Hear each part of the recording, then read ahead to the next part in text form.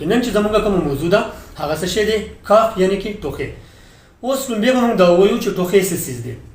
کله چې زمونږ بدن ته د پوزې په ذریعه باندې یا د خولې په ذریعه باندې زمونږ پیپړو ته څه قسمه وایرس بیکټیریا څه قسمه فارن باډي هغه انټر کېږي، د هغې خلاف زمونږ چې کوم امیون سیسټم دی هغه د هغې خلاف مزاحمت پیش کوي، د هغې په بدله کې موږ ته څه لګي؟ ټوخی. اوس ټوخي دوه ټایپس دي، دوه قسمونه دي. یو ته اکیوټ وي یعنې شروع کې لګېدلی، او بل چې ډېر زیات کرونیک شي دایمي شي نو هغې ته بیا څه وایي؟ کرونیک.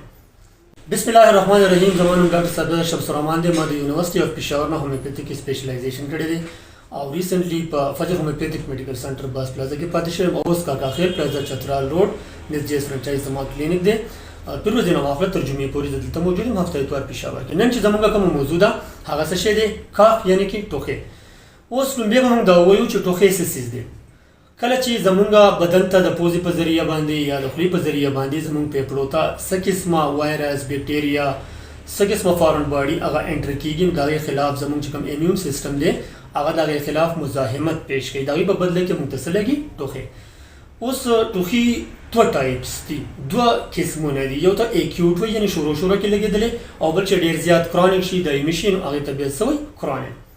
نو اکیوټ برونکایټس یعنې شروع کې ټوخی، او کرونیک برونکایټس یعنې دایمي چې ډېر ټایمه پورې جاري وي. اوس په موږ راشو چې یاره هغه کوم وجوهات دي چې هغه د دې ټوخي سبب جوړېږي.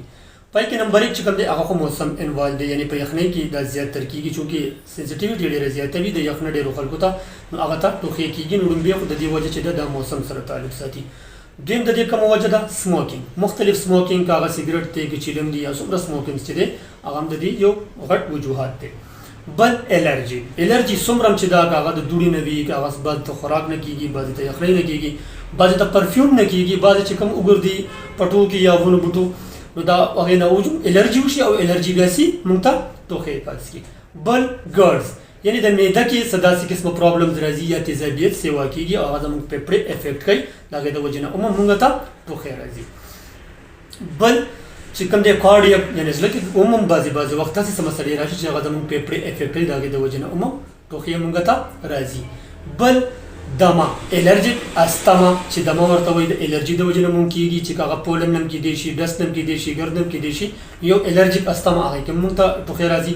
بل پرسسټنټ استما یعنې چې هغه څنګه چې ما وویل چې کوم کرونیک شي مختلف نو هغې کې بیا زموږ چې کوم آیرویز دي هغې کې میوکس ډېر زیات شي نو د هغې د وجې نه زموږ چې کوم د ساه نالۍ دی کې تنګي راشي او هغه بیا ډېر سیویریټي اختیار کېږي. بیا د هغې ځان له 3 ټایپس دي. نو بل وجه د دې څه ده؟ دمه، اکیوټ استما او کرونیک استما. یعنې شروع کې د لګېدل نه کې زیاتر څه کېږي؟ الرجي کېږي چې کوم وجوهات بیان کړي دي د وجې نه وشي، او بل کرونیک چونکې جینیټک کې را روان وي نو د هغې د وجې نه عموم د دمې د وجې نه عموم موږ ته ټوخی نو دا د دې بل یو کاز شو. بل پرفیومز وغیره د دې نه عموم موږ ته زیاتر کېږي. بل سموکینګ وغیره هغه خو ما ویلې. بل چې د دې کوم زیات او کامن کاز دی نو هغه زموږ ډایټ سره تعلق ساتي، مطلب چې څومره یې د چپس ماشومانو کې زیاتر چپس وغیره یا سموکینګ شو یا دغه زموږ هیبټ شو نو دا عموم د ټوخي یو سبب جوړېدی شي. بل ډي ان ایس یعنې پوزه کې څه مسله راشي، ساینوسایټس چې کوم دی ساینس انفلامیشن وشي زموږ ساینس کې د هغې د وجې نه عموم موږ ته د ټوخي سبب جوړېږي.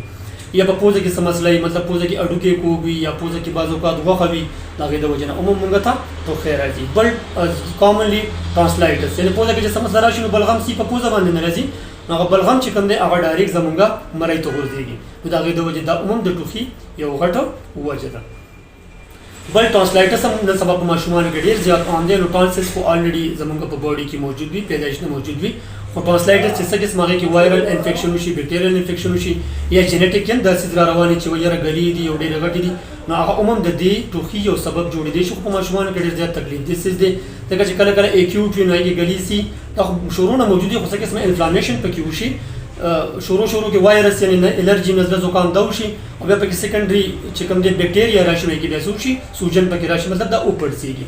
او بیا په کرونیک صورتونو کې چې کوم دی ګلې کې پیپ راشي نو هغې سره بیا ډېر سیویر ټمپریچر هم وي، هغه ګلې ونه وپړسېږي چې ماشوم خوراک هم نشي کولی، ټمپریچر ورسره ډېر زیات یعنې تبه ورسره ډېره زیاتوي نو دا عموم د ټوخي یو غټ سبب جوړېږي. انټي پرابلم چې څومره هم دي هغه په نوز کې څه قسمه پرابلم دی، ډي ان ایس پوزه کې اډوکې کوږ دی غوښه وغیره دا د دې یو وجوهات کې دی شي. ټرانسلایټس یعنې ګلې چې کومې زیاتر ماشومانو کې کامن دي نو هغه عموم د دې یو غټ وجوهات کې دی شي. نو چې څومره زیات تر وجوهاتو تقریبا د ټوخي دا ما بیان کړ. اوس موږ له څه پکار دي؟ یو خدا پکار چې موږ له ماسک اچول پکار دي. چېرته موږ بازار ته ځو یا داسې چېرته هم ځو نو ماسک اچول پکار دي چې موږ د ډسټ وغیره دی نه بچ شو. که چېرته پرفیوم نه الرجي وي نو هغسې احتیاط پکار دی. یا ونو بوټو دی نه وي نو هغې له بیا داسې چې هغه هم د ماسک پکار دی چې موږ ماسک واچو.